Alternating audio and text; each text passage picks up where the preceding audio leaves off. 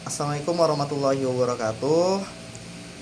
Kami dari kelompok yang terdiri atas saya sendiri, Yuda Pratama, Giel Gakonda, Abi Yadial Faik, Sadik Willy Widyadana, dan Keisha Bilkis Sabil akan mempresentasikan program yang kami buat yang bernama ShakeCrypt.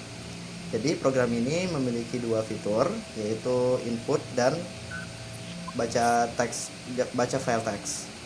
Oke, kita akan langsung memulai eksekusi program. Akan menjelaskan dash, enkripsi, dan dekripsi yang telah kami buat di sini. Yang pertama, kita akan input pesan yang akan kita enkripsi. Nah, di sini pesannya, guys. Lalu saya pilih algoritma. Algoritma yang saya pilih adalah dash, seperti yang akan saya jelaskan. Dan di sini kita disuruh masukkan kunci. Kuncinya bebas asalkan minimal 8 karakter. Lalu kita akan dapat hasilnya mulai dari initial vector, ciphertext, dan juga dekripsinya. Saya akan menggunakan CyberSafe untuk memvalidasi apakah enkripsinya sudah benar. Di sini saya menginput enkripsi yang sama dengan yang ada di program saya, dan hasilnya itu seperti teks awal atau plain text yang telah saya masukkan. Jadi di sini berfungsi ya. Oke, baik. Di sini saya akan mengeksekusi programnya dengan algoritma AES dan juga fitur input.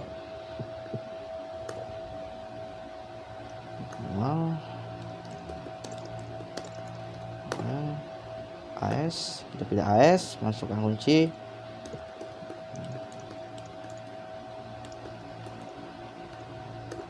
Oke, di sini programnya berhasil berjalan. Lalu untuk memverifikasi hasilnya benar atau tidak, akan kita coba di CyberSafe.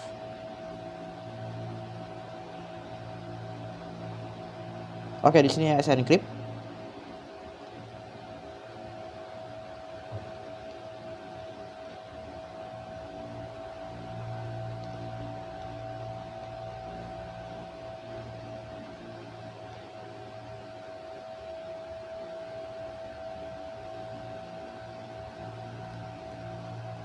Kita masukkan kuncinya.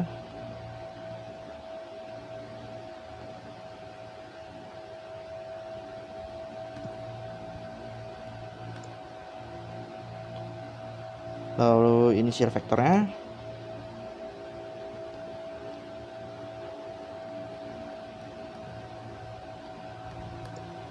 Dan hasilnya sama, 204, 204. Dan kita akan coba untuk dekripsinya. Untuk key, untuk initial vektor sama. Lalu kita masukkan inputnya, yaitu hasil enkripsinya, dan seperti ini, dan hasilnya benar. Baik, di sini saya akan menjelaskan dash dan inskripsi. Yang pertama, kita memasukkan nama filenya. Lalu di sini akan muncul algoritma. Saya memilih dash-nya, masukkan kunci deskripsinya sebanyak 8 karakter. Saya memilih ini. Nah, untuk hasilnya akan muncul seperti ini. Saya akan coba di CyberSafe saya. Apakah inskripsi sudah benar? Saya di sini menginput inskripsi yang sama seperti di program saya. Dan ternyata hasilnya sama.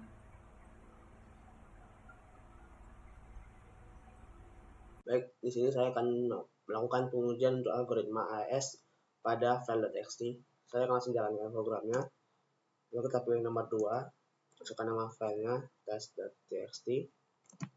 Kita pilih nomor 1 untuk algoritma AES. Untuk kuncinya saya pilih saya suka belajar, enter. Nah, dapat kita lihat untuk outputnya, ini adalah text ciphernya dan ini adalah IV key-nya. Kita bisa copy saja untuk kita uji coba di platform CyberSafe. Kita copy, Ctrl C, jangan lupa untuk IV-nya kita copy juga, lalu kita masuk ke CyberSafe. Sini saya akan melakukan proses enkripsi terlebih dahulu. Kita masukkan IV key-nya. Lalu untuk inputnya sesuai dengan cipher tadi, kita masukkan. Nah, dapat kita lihat bahwa outputnya sesuai dengan teks aslinya dan dapat kita baca. Kita akan coba untuk teks kedua, untuk teks enkripsinya. Kita bisa masukkan untuk IV key-nya.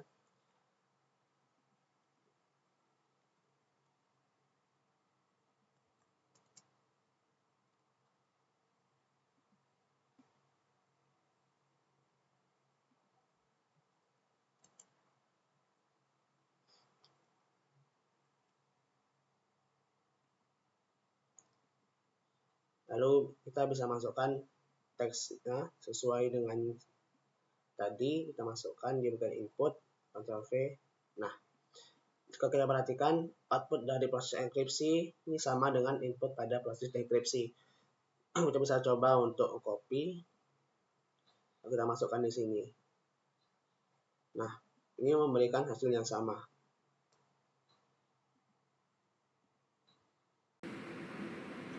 Nah, setelah kita melihat semua fitur enkripsi berjalan dengan lancar, saya akan menunjukkan sebuah fitur error handling yang sudah saya bangun.